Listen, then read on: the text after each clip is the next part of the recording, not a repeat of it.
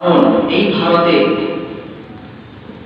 যখন কেউ ছিল না ইসলামের দাওয়াত দেওয়ার জন্য, সেখানে গরিবের নবাব খাজা মাইনুদ্দিন রাহিমাহুল্লাহ তিনি ইসলামটাকে প্রচার করেছিলেন।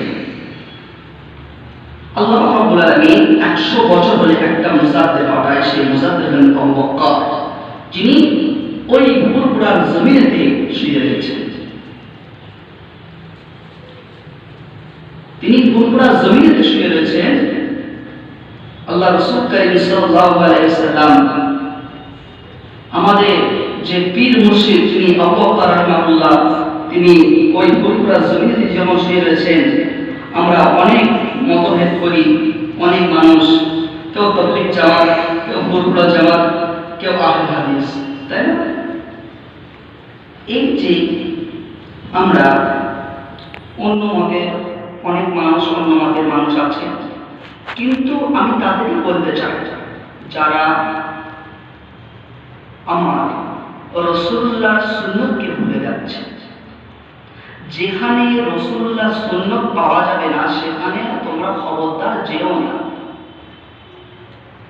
আল্লাহ রাসূল কারীম সাল্লাল্লাহু আলাইহি ওয়াসাল্লামের এক হাদিস, আল্লাহ রাসূল বলেছেন, যদি কোনো ব্যক্তি আমাকে যদি মহব্বত করে, কোনো ব্যক্তি যদি আমাকে ভালোবাসে, সে ব্যক্তি আমার সুন্নতকে পালন করবে। আমরা সুন্নত পালন করি কখন? ভাত খাওয়ার সময় একটু মিষ্টি খাই, এই করি মিষ্টি খাওয়ার জন্য সুন্নত পালন করি। আর কি সুন্নত পালন করি? স্বামী স্ত্রীরা একটু সুন্নতটা পালন করি, চিঠি করি। আমি তো আর সুন্নতগুলো করি, আর সুন্নতগুলো কই? রাসূলুল্লাহ সুন্নত আর কেউ মানি? যদি রাসূলুল্লাহ সুন্নত যদি মেনে তুমি চলতে পারো, আমি কথা দিচ্ছি তোমাদের, ইনশাআল্লাহ তোমরা একদিন আল্লাহ তোমাদের জান্নাত নসিব করবেন।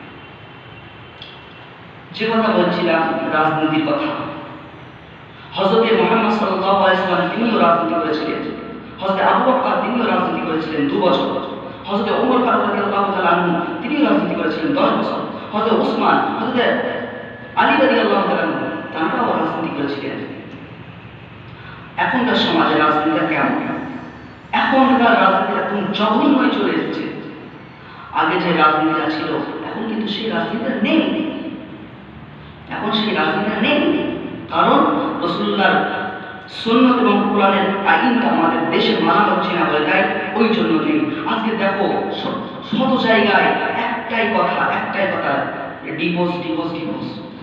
স্বামী স্ত্রীর মধ্যে কোনো মহব্বত নেই। কেন নেই? স্বামী স্ত্রীর মধ্যে কেন মহব্বত মিলবসন? বিয়ে হচ্ছে সে সুন্নত, আল্লাহ রাসূলুল্লাহ আল্লাহ রাব্বুল আলামিনের কালাম পড়ে এরপরে বিবাহ হচ্ছে। বিবাহের পরে কেন ছাড়ান হয়েছে? একটাই কারণ, তারা যখন যুবক ছিল, তখন অন্য নারীর কাছে তারা গিয়েছিল। তার জন্য আজকের সংসারের জীবনে আর ততটা ভালো লাগে না,